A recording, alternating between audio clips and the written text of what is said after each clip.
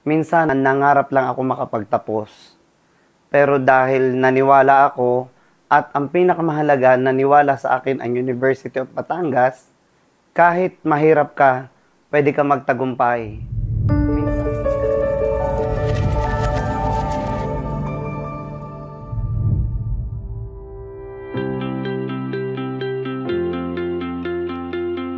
Ang pinaka-memorable na at ang pinaka-masaya, syempre, first ROTC, syempre, excited.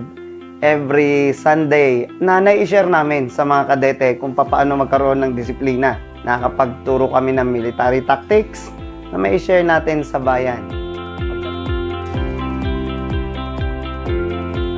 UB helped me grow personally and professionally. Dahil unang-una, ang University of Batangas sa akin ay parang pangalawa kong tahanan. Naging officer ako ng ROTC during my time. So naranasan ko na mag-training, and during the training, I need to stay at the DMST office. So naging pangalawa ko talaga siyang tahanan. Nakatulong siya kasi na-build yung aking disiplina. Na-build ba yung aking kailangang magtiyaga at kailangang maging masigasig para makuha kung ano yung ninanais makuha para makagraduate, makapasa sa mga examinations. At ito nga, nung lumabas na ako sa universidad, malaki na itulong sa akin. Kasi paglabas ko, I'm well equipped. Marami akong natutunan sa University of Batangas. Kahit mahirap ka, pwede ka magtagumpay. Minsan, nangarap lang ako makapagtapos. Pero dahil naniwala ako at ang pinakamahalaga, naniwala sa akin ang University of Batangas. Kung dati, ako yung tinutulungan ng University of Batangas. Ngayon, masasabi kong it's payback time. We can help to those who are dreaming na makapagtapos at ma-realize yung kanilang mga pangarap.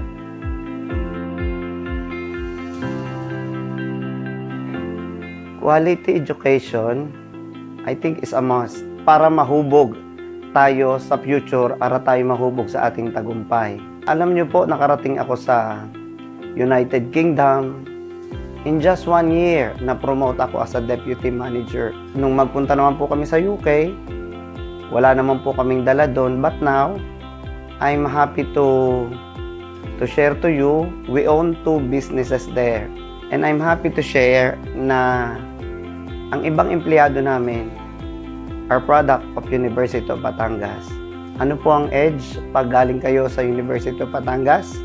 Talagang they will train you. They will ready you in the future. Nakikita nila, hindi lang tayo competitive sa trabaho. They want to work with us. Napakadali daw po tayong pakisamahan. Enjoy your university life. Merong mga failure, but huwag tayong susuko.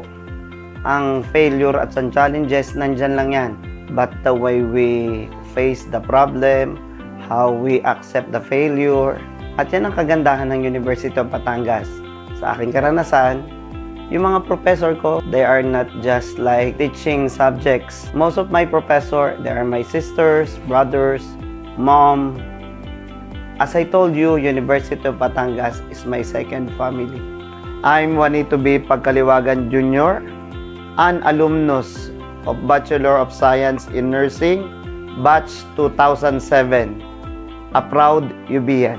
My dear fellow alumni, I am inviting you to join the University of Batangas Grand Alumni Homecoming on December 29, 2026. See you there.